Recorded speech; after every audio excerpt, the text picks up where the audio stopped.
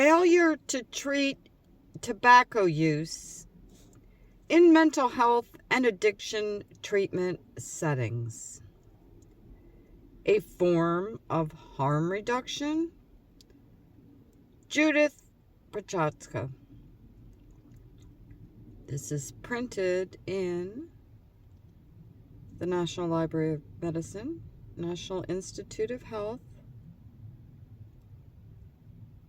April 7th, 2010, and published in Drug Alcohol Dependence. Abstract.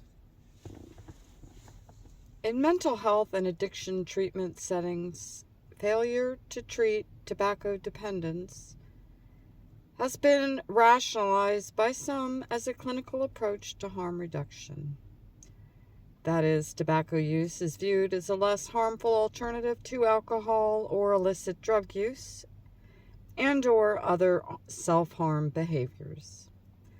This paper examines the impact of providers' failure to treat tobacco use on patients' alcohol and illicit drug use and associated high-risk behaviors.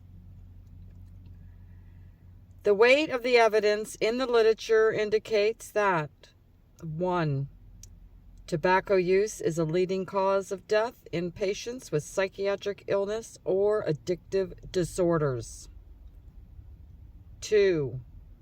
Tobacco use is associated with worsened substance abuse treatment outcomes, whereas treatment of tobacco dependence supports long-term sobriety. 3. Tobacco use is associated with increased, not decreased, depressive symptoms and suicidal risk behavior. 4.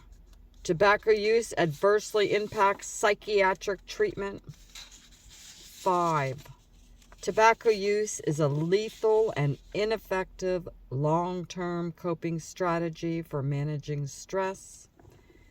And 6.